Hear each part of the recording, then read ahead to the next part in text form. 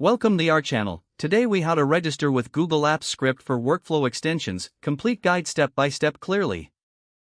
To register with Google Apps script for workflow extensions, begin by opening your web browser. Navigate to the Google Apps script homepage at script.google.com. If you aren't already signed in, enter your Google account credentials.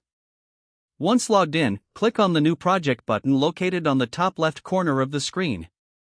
A new script editor window will open. In the script editor, you can start typing your code or use templates.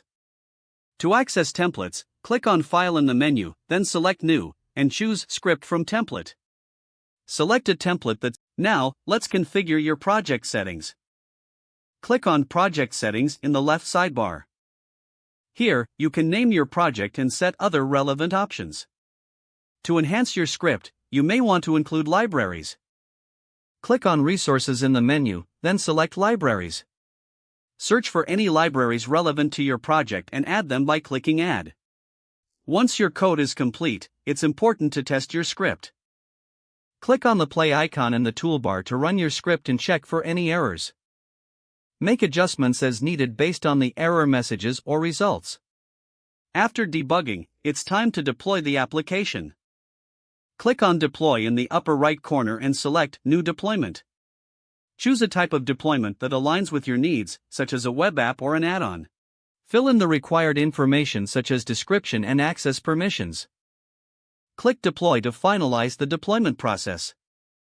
You may need to authorize your script to run with your Google account. Follow the prompts to grant the necessary permissions. Once authorized, your workflow extension is ready for use. You can share your deployment URL with others as needed. Lastly, ensure to monitor and maintain your script for optimal performance. Regular updates and testing will keep your workflow efficient.